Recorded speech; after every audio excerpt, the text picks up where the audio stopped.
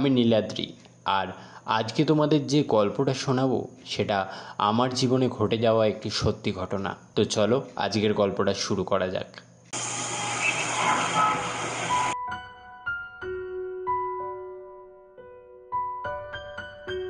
Sir, আসবো? আরে নীলাদ্রি, এসো এসো। আমি তোমার বানানো রিপোর্টটাই পড়ছিলাম।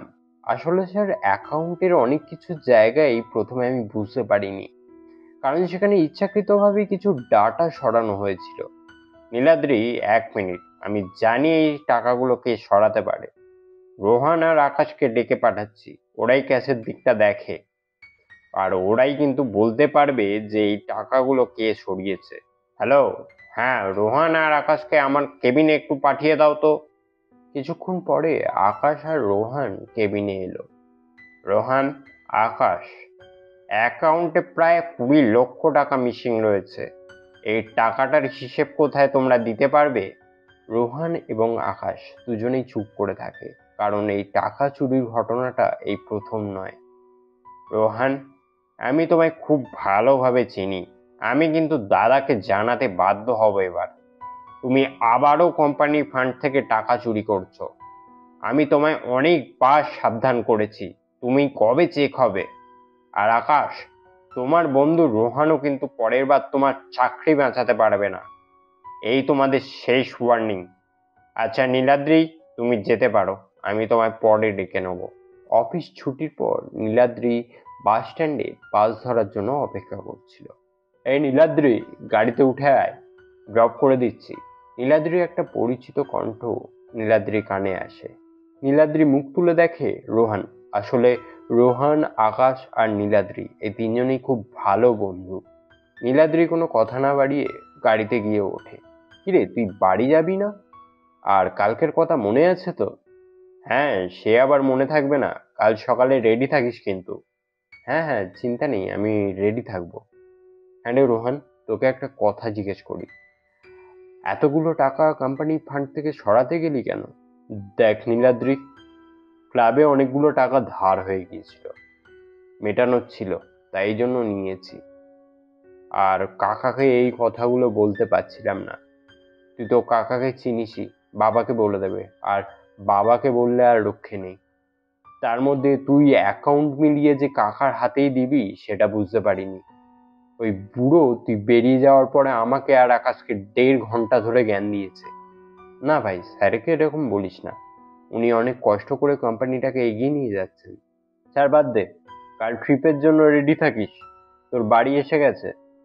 নীলাদ্রি, আকাশ আর রোহান তিনজনেই খুব ভালো বন্ধু। তিনজনই কলকাতার একই অফিসে কাজ করে। রোহান কাজ করে বললে ভুল হবে, রোহানেরই ফ্যামিলি বিজনেস এটা। রোহান, আকাশ দুজনেই ক্যাশের দেখাশোনা করে। আর নীলাদ্রি বছরখানেক হলো সিএ হয়ে এসছে এই কোম্পানিতে। রোহানের কাকা মানে প্রকাশবাবু নীলাদ্রিকে ছেলের মতো ভালোবাসেন। যাই হোক, তিনজনে প্রায়ই এদিক ওদিক বেড়াতে যায়। রোহান আর আকাশ ছোটবেলার বন্ধু, কিন্তু নীলাদ্রি এসছে শিলিগুড়ি থেকে। পরের দিন সকালবেলা। কিরে, হলো তোর? আর কত দেরি করবি? এই তো ভাই, হয়ে গেছে হয়ে গেছে। ওহ, তুই সব সময় লেট করিস। অফিসে তো সব থেকে কাজে ফার্স্ট। ট্রিপে যাওয়ার আগে সবে তেল লেট। আরে না রে, বাড়ি থেকে মা আর বোন এসছে, তাই টিফিন বানিয়ে দিচ্ছিল, এতেই লেট হয়ে গেল। আচ্ছা ঠিক আছে, আমি গাড়ি ছাড়ছি। চলো পাহাড়, আমরা এবার আসছি। রোহান, আকাশ আর নীলাদ্রি এবারে সিকিম বেড়াতে যাচ্ছে। প্রতিবারের মতো রোহানের গাড়িতেই যাচ্ছে ওরা। কি নীলাদ্রি, আবার তুই চুপ মেরে গেলি?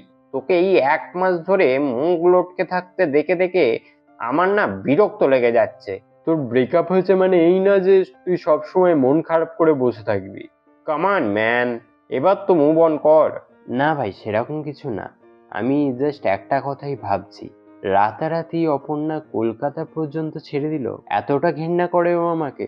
কামন নীলাদ্রি, আমরা ট্রিপে যাচ্ছি, নেক্সট 5 দিন শুধু আমরা এনজয় করব। এই বলে রোহান মিউজিক চালিয়ে দিল। আজ থেকে প্রায় 1 বছর আগের কথা। নীলাদ্রি সবে সবে রোহানদের অফিসে জয়েন করেছিল। জুনিয়র সিএ হিসাবে। সেখানে অপর্ণা ছিল নীলাদ্রির সিনিয়র। অপর্ণাকে দেখতেও ছিল খুব মিষ্টি। অপর্ণাকেও প্রকাশবাবু নিজের মেয়ের মতো স্নেহ করতেন। নীলাদ্রি অপর্ণার থেকে জুনিয়র হলেও তারা ছিল সমবয়সী। আস্তে আস্তে ওদের দুজনের মধ্যে একটা বন্ধুত্বের সম্পর্ক গড়ে ওঠে। আস্তে আস্তে কখন সেটা প্রেমে পরিণত হয় তারা নিজেরাও বুঝতে পারে না। আর এর মধ্যে নীলাদ্রি খুব ভালো বন্ধুত্ব হয় রোহান আর আকাশের সাথে। ওরা তিনজনে প্রায়ই এদিক ওদিক বেড়াতে যেত। একদিন অপর্ণা নীলাদ্রিকে বলে, শোনো, তুমি আকাশ আর রোহনের থেকে একটু দূরে থাকবে। কেন বলো তো? আহ, তোমায় যা বলছি তুমি শোনো। ওরা মোটেই ভালো না। রোহন তো হচ্ছে বড়লোক বাবার বকে যাওয়া ছেলে। নেহাত প্রকাশ স্যারের দাদার ছেলে, তাই অফিস থেকে তাড়ায় না। ওই রোহন আর আকাশ প্রায়ই কোম্পানি থেকে ক্যাশ সরায়। কিন্তু ওরা আমার সাথে কখনো খারাপ ব্যবহার করেনি, উল্টে আমাকে সবসময় হেল্প করেছে। এখন কি করে এইভাবে বন্ধুত্ব ভেঙে দিই বলো? ছাড়ো, আমি উঠলাম, আমার দেরি হয়ে যাচ্ছে। আমি এগিয়ে দিই তোমায়? না, প্রয়োজন নেই। এইভাবে কিছু মাস কেটে যায়। অপর্ণা নীলাদ্রিকে আকাশ আর রোহানের ব্যাপারে বারবার বুঝিয়েও অপর্ণা ব্যর্থ হয়। সম্পর্কটা অপর্ণাই টিকিয়ে রেখেছিল। নীলাদ্রি আর অপর্ণার সম্পর্কের মধ্যেও অল্প অল্প করে ভাঙন ধরতে থাকে। একদিন অফিস টাইমে, রোহান, আকাশ, তোমাদের বারবার বলেও তোমরা কিছুতেই শুধরোচ্ছ না। এবার কোম্পানির অ্যাকাউন্ট থেকে 5 লাখ টাকা সরিয়েছ তোমরা। না না স্যার, দত্ত এন্টারপ্রাইজের টাকা বাকি ছিল। Shut up! আমি দত্ত এন্টারপ্রাইজে ফোন করেছিলাম। অরুণবাবু আমাকে সবই বলেছেন। ওদের পাওনা ছিল 50,000 টাকা, আর তুমি সেটাকে দেখিয়েছো 5 লাখ টাকা। তোমার লজ্জা করে না? সরি স্যার, ভুল হয়ে গেছে, আর হবে না। এবারের মতো ছেড়ে দিন। আমি খুব ভালো করে জানি এর পিছনে তুমি রয়েছো রোহান। তোমাকে তো বারবার বলেও কিছু হয় না। আজ তুমি বাড়ি চলো, আজ সব দাদাকে বলবো। আজকে যদি অপর্ণা তোমাদের অ্যাকাউন্টসের এন্ট্রিগুলো না দেখতো, এই ভুলগুলো তো আমি দেখতেই পারতাম না। নীলাদ্রি এবং বাকি ওয়ার্কাররা সবই শুনতে পায় বাইরে থেকে। নীলাদ্রি একবার অপর্ণার দিকে চায়। অপর্ণা মুখ ঘুরিয়ে নেয় নীলাদ্রির থেকে। নীলাদ্রি বুঝতে পারে অপর্ণা তার উপরে রাগ করেছে। অফিস ছুটির পর নীলাদ্রি রোজকার মতো আকাশ আর রোহানের সাথে ওদের বাঁধা ধরা চায়ের দোকানে আড্ডা দিতে যায়। বুড়ো আজকে সবার সামনে অপমান করলো। তোরা অতগুলো টাকা সরাতেই বা গেলি কেন? লাগে ভাই লাগে, তোর সেরকম শখ আহ্লাদ নেই বলে আমাদেরও কি নেই? না ভাই, এই কাজগুলো ঠিক না। এরকম ভাবে টাকা সরানোটা ঠিক হয়নি তোদের। এই নিয়ে তিনজনের মধ্যে অনেকক্ষণ কথাবার্তা চলে ওদের মধ্যে। এরপর আকাশ আর রোহান বেরিয়ে যায় ক্লাবের উদ্দেশ্যে। নীলাদ্রির কোনো নেশা ছিল না, তাই অফিস শেষে এই দোকানে চা খেয়ে ও ওর বাড়ি ফিরে যেত। রোজকার মতো তাই করলো। রাত্রেবেলা শুয়ে পড়তে যাবে এমন সময় একটা মেসেজ তার ফোনে এলো। অপর্ণার মেসেজ। নীলাদ্রি, আমি অনেক বুঝিয়েছি আকাশকে আর রোহানকে নিয়ে। তুমি ওদেরই আগে ভেবেছো আমার চেয়ে। তাই আজকে আমি একটা ডিসিশন নিয়েছি। তুমি আমার সাথে আর কখনো কন্ট্যাক্ট করবে না, আর আমিও করব না। আমি কলকাতা ছেড়ে চলে যাচ্ছি, আর আমি অফিসে রিজাইনও করে দিয়েছি। আমাকে আর কল করো না। নীলাদ্রির মাথায় যেন আকাশ ভেঙে পড়ে। সে অনেকবার অপর্ণাকে ফোন করে, কিন্তু অপর্ণার ফোন সুইচ অফ আসছিল। পরের দিন সে অফিসে এসে প্রকাশবাবুর কেবিনে আসে। স্যার, আসবো? হ্যাঁ, এসো এসো নীলাদ্রি, বলো কি বলবে। স্যার, আসলে আমি এসেছি অপর্ণার ব্যাপারে জানতে। হুম, স্ট্রেঞ্জ। নীলাদ্রি, কাল রাতে অপর্ণা আমায় রেজিগনেশন লেটার পাঠিয়েছে মেলে। আমি আজ সকালে ফোন করলাম, কিন্তু ওর ফোনটা সুইচ অফ আসছে। হ্যাঁ স্যার, ও কলকাতা ছেড়ে চলে গেছে। দেখো নীলাদ্রি, তোমরা দুজনে আমার সন্তানের মতো। আমি সবই জানি তোমাদের ব্যাপারে, তাই জিজ্ঞেস করছি, তোমাদের মধ্যে কি কোনো সমস্যা হয়েছে? নীলাদ্রি চুপ থাকে। ওকে ওকে, বলতে হবে না। আমি কোনো খবর পেলে তোমায় অবশ্যই জানাবো। এখন তুমি কাজে যাও। হঠাৎ করে আকাশের ডাকে ঘুম ভাঙে নীলাদ্রির। কখন যে ঘুমিয়ে পড়েছিল সে নিজেই বুঝতে পারেনি। আরে ওঠ, আমরা পৌঁছে গেছি। তাহলে বল তোরা কেমন ক্যাম্পের জায়গা বের করেছি। নীলাদ্রি গাড়ি থেকে নেমে দেখে চারিদিকে পাহাড় আর জঙ্গল। নীলাদ্রি বলে, বাহ, দারুণ জায়গা রে। তবে দেখ কেমন সারপ্রাইজ দিলাম বল। এবার তো সব মন খারাপ সেরে যাবে। সন্ধে হয়ে আসছে। ওরা নিজেদের ক্যাম্পগুলো লাগিয়ে ফেলে এবং ক্যাম্পের সামনে আগুন জ্বালে, খাওয়া দাওয়া করে।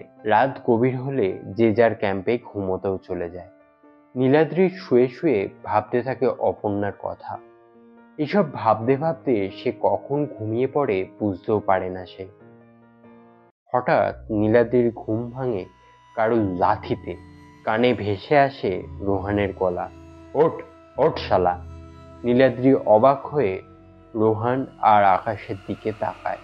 অনুভব করে তার হাত আর পা দুই বাঁধা রয়েছে এবং তাকে ওরা দুজনে ক্যাম্প থেকে বের করে এনেছে। কিরে, কি ভেবেছিলি অ্যাকাউন্টের রিপোর্টগুলো ওই বুড়োকে দিয়ে প্রমোশন পাবি? পাওয়াচ্ছি তোর প্রমোশন। নীলাদ্রি বলে ওঠে, দেখ, আমি জানতাম না টাকা সরানোর পিছনে তোরা আছিস। ন্যাকা, তুই জানিস না ক্যাশে আমরাই থাকি। আগের দিন শুধু শুধু তোর জন্য অফিসের সামনে আমাদের অপমান করলেন স্যার। এর আগে একজন ছিল, ওই অপর্ণা। এখন তুই শুরু করেছিস।